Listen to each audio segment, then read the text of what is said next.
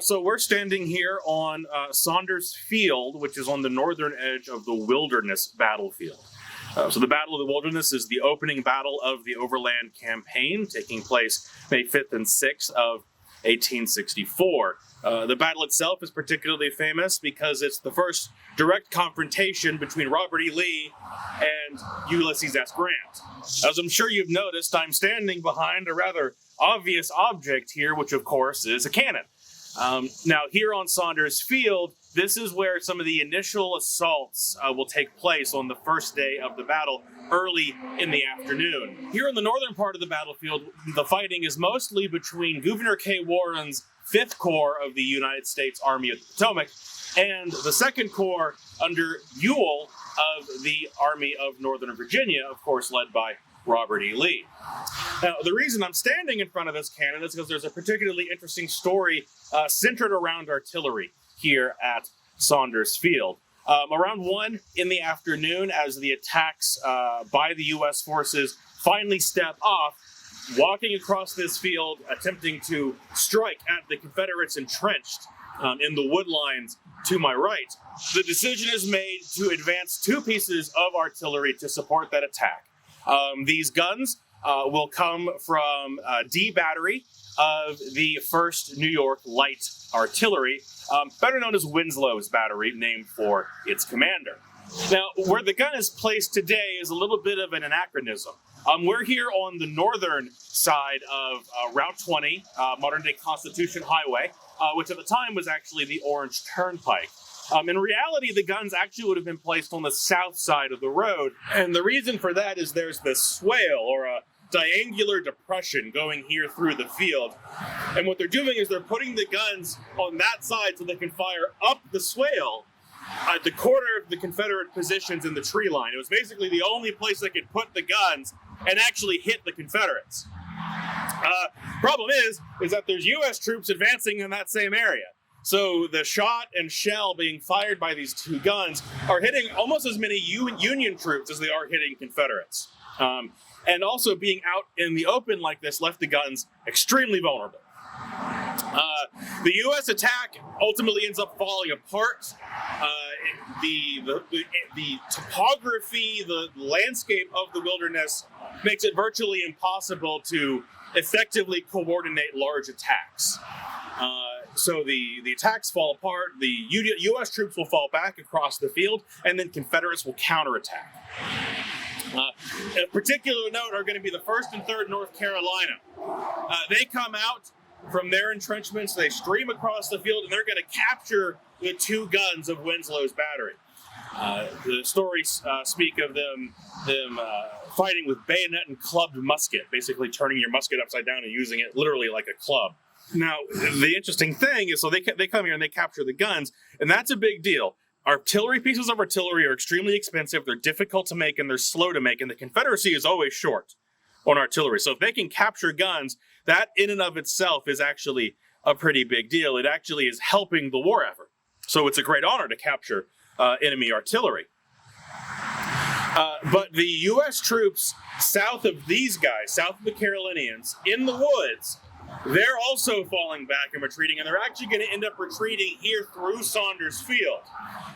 The Carolinians are going to quit the guns, they're going to leave the guns, they're going to hide in the depression as these U.S. troops flee, basically almost right on top of them, and then a group of Alabamians are going to come forward. They're also counterattacking, and they're also going to capture the guns. So the Alabamians start celebrating. They've now made this great achievement. They've captured U.S. artillery, and then the Carolinians stand back up and say, hey, wait a second, no, we're the ones who captured the guns. This honor belongs to us. And the Alabamians say, no, we captured the guns. What are you talking about? And so you have these 2 groups of Confederates in 2 different states who are literally almost getting into a fist fight with each other over who captured this gun, because they both want to bring that honor home with them. The problem, of course, is that they're in the middle of a battle. So although the U.S. forces had retreated back across the field, U.S. reinforcements are getting set up along trenches on the western side of the field. They are getting ready, and then they start shooting at the Alabamians and the Carolinians, and one unit will actually countercharge and will charge to try and retake the guns. So while these units are arguing over who actually had the right to capture the gun, they're failing to get the gun back across Confederate lines.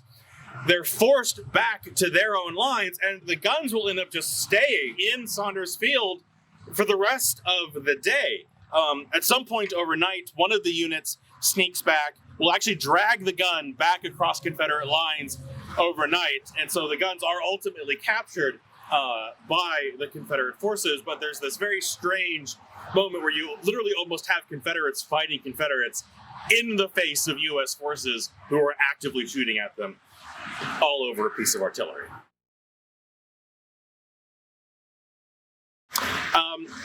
So the guns that they would have had, that would have been here during the battle, were 12-pounder Napoleons, or the 12-pounder light gun, as it was actually called by the Army.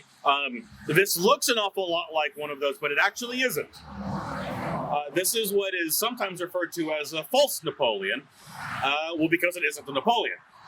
This is, well, if we're being honest, we can't know exactly what it is, because the identifying marks have been destroyed. In the 1890s, up at Gettysburg, there was a desire to have as many accurate guns placed in as many places in the battlefield as possible.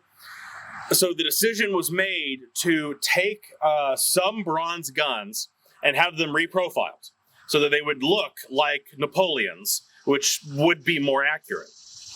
But if you look down the barrel, you'll see that the barrel of this gun is actually rifled, which means that one of two things. One, either this is a purpose-built James rifle, which were one of the few purpose-built bronze rifled guns used during the war, or this is a converted 6-pounder gun.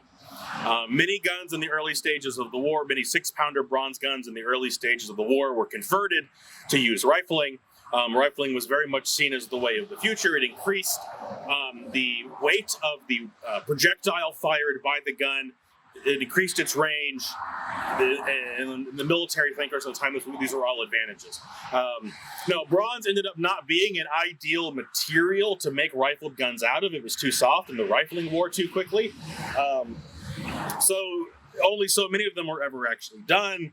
And they're relatively rare today. So it's unfortunate that the original identifying marks of this gun were destroyed in the process of making it look like something that it actually isn't.